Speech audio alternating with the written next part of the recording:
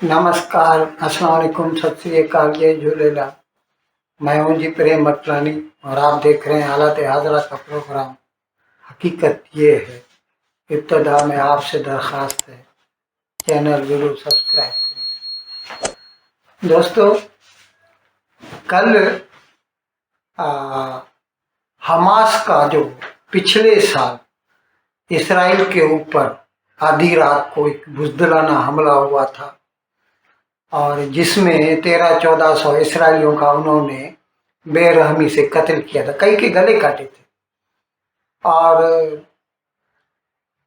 कई लड़कियों का रेप किया था उन्होंने, हमास के गुंडों ने। और फिर 250-300 के करीब जो है लड़कियां, बच्चियां, बूढ़े, कई लोगों को वो अगवा करके गाजा लेके चले गए। कल उसकी सालगिरह थी।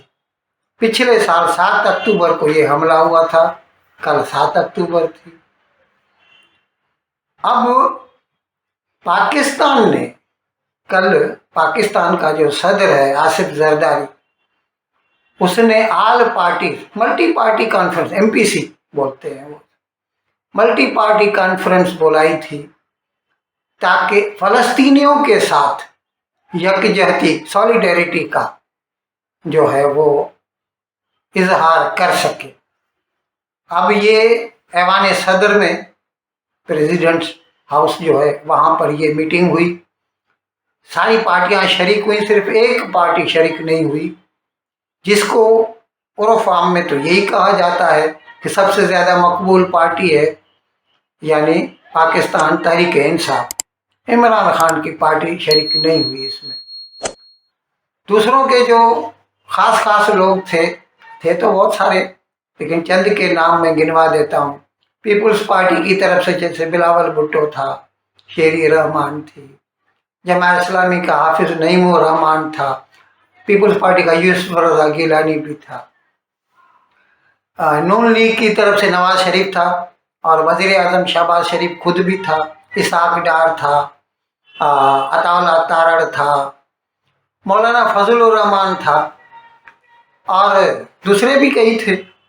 सब लोगों ने जो है बारी बारी तकरीरें की, इसराइल को गालियां दी, इसराइल को बुज़दिल कहा, लेकिन कितने हाइपोक्राइट हैं।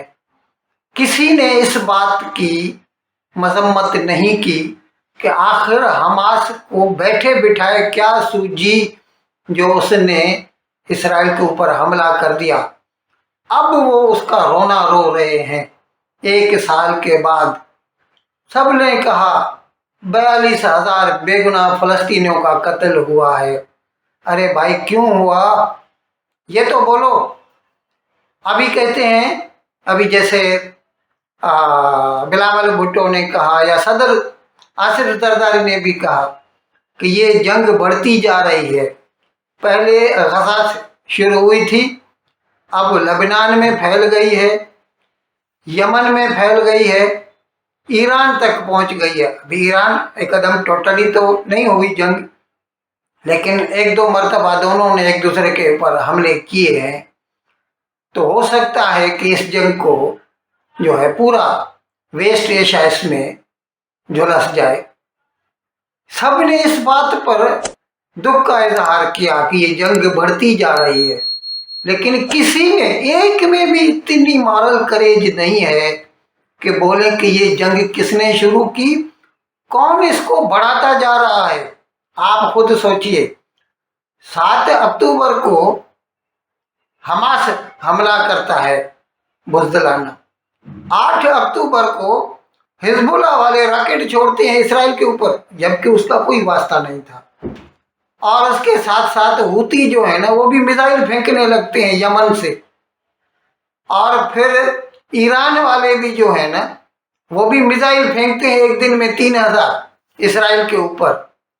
तो मेरे भाई, अगर तुम हमला करोगे तो किसी को ये हक तो पहुंचता है ना कि वो अपनी हिफाजत करे, लेकिन इसके लिए किसी के अंदर भी इतनी मॉरल करेज नहीं है कि बोले।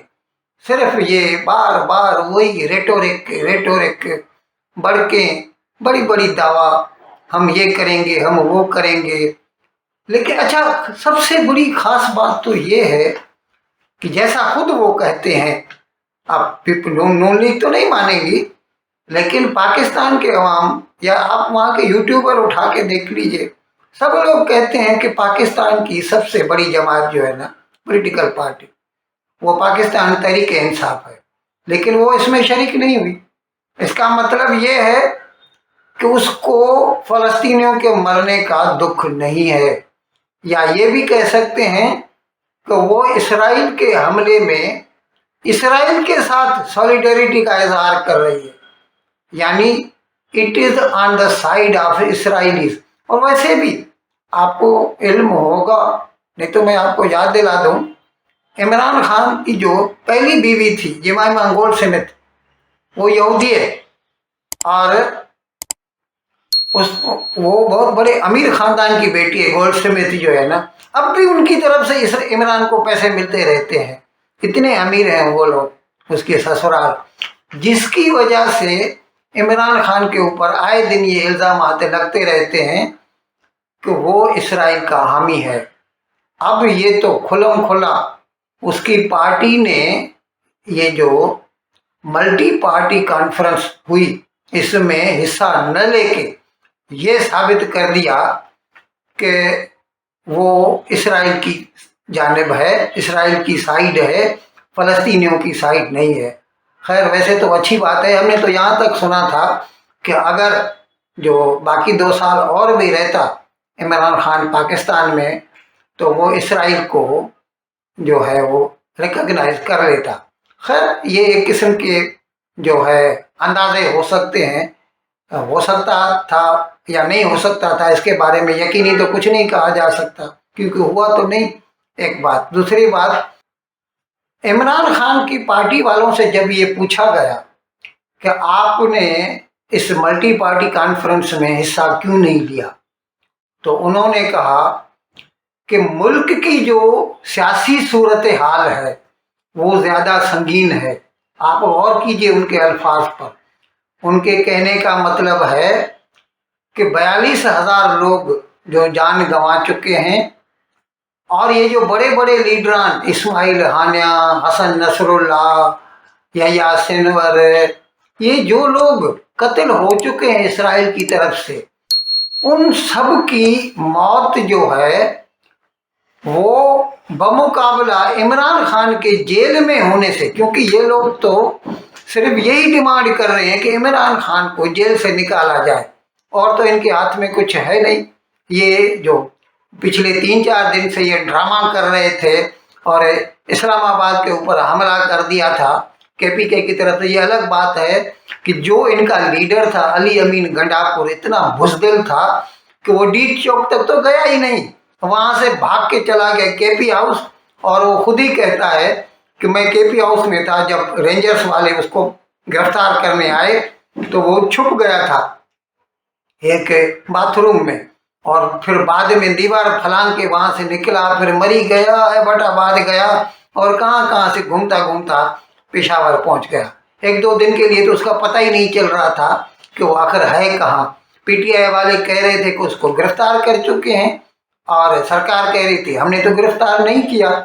बाद में पता चला वो तो पेशावर में चीफ मिनिस्टर हाउस में पहुंच गया है। इतना बुज़दिल, दूसरे लोगों को छोड़ दिया, उनके ऊपर आंसू गैस चलाई गई, उनके ऊपर डंडे बरसाए गए, उनके ऊपर वाटर कैनन, रबर बुलेट्स चलाई गई, और ये साहब तो वहाँ से भाग खड़े हुए जिसको चीफ मिनिस्टर बनाया है इमरान खान ने। तो पीटीआई वालों का जो प्रायोरिटीज़ है वो इमरान खान की आज़ादी है, फ़लस्तीनियों की जो के साथ दुख का इजहार नहीं है, या फ़लस्तीनियों की आज़ादी नहीं है। इन अल्फाज के साथ आज का प्रोग्राम ख़त्म करने की आपसे इजाज़त चाहता हूँ, लेकिन विदाई लेने से पहले एक मरतबा फिर आपसे मेरी दरख्वास्त है कि जिस किसी साहब या साहबा ने अब तक हमारे इस चैनल को सब्सक्राइब नहीं किया, अज़राए करम इसको जल्द से जल्द सब्सक्राइब करें, प्रोग्राम को लाइक करें, शेयर करें, और घंटी का बटन दबाना न भूलें। बहुत बहुत शुक्रिया। खुदा हाफिज़।